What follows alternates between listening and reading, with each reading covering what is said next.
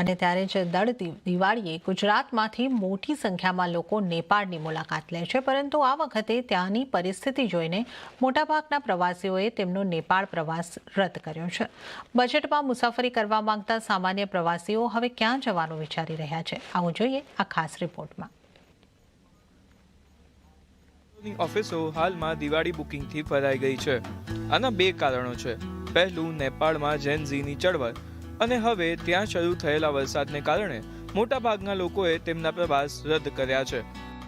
આ દિવાળીમાં મેં મારા ફેમિલી સાથે નેપાળ જવાનો પ્લાન કર્યો હતો અને ઘણા ટાઈમથી દિવાળીના પ્લાનિંગમાં નેપાળ મેં પ્રાયોરિટી પર રાખ્યું હતું, પણ સમાવ શું થયું કે નેપાળમાં થોડી પોલિટિકલ રાજનીતિક ડિસ્ટર્બન્સ હતું, પ્લસ અત્યારે વરસાદનું વાતાવરણ છે, તેને કારણે લેન્ડસ્લાઇડિંગ પ્લસ રોડ બ્લોકિંગ ને બધું થોડું રિસ્કી થઈ ગયું છે, એટલે મેં નેપાળ જવાનું માંડી વાળી રાખ્યું છે અને એની જગ્યાએ મેં હવે ઇન્ડિયામાં ફરવાનું નક્કી કર્યું છે। મોટાભાગના ભારતીયો દિવાળી દરમિયાન બસ દ્વારા નેપાળની મુસાફરી કરે છે।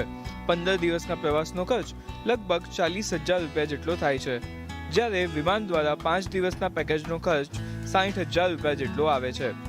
પશુપતિનાથ, વિષ્ણુ મંદિર અને કાઠમાંડુ નેપાળમાં લોકપ્રિય સ્થળો છે, પરંતુ ઓપરેટરો હવે અયોધ્યા, છપૈયા અને વારાણસીના પ્લાન સમાન બજેટમાં ઓફર કરી રહ્યા છે।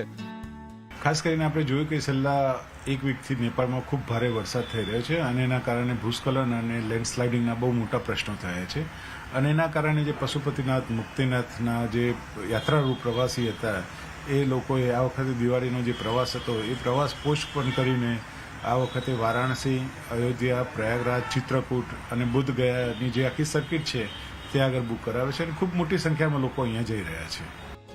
કાશ્મીર અને હિમાચલ પ્રદેશમાં પણ વરસાદને કારણે ઓછા બજેટવાળા પ્રવાસીઓ હવે અયોધ્યાની આસપાસ પ્રવાસનું આયોજન કરી રહ્યા છે। CNBC બજાર માટે કેતન જોશીનો રિપોર્ટ।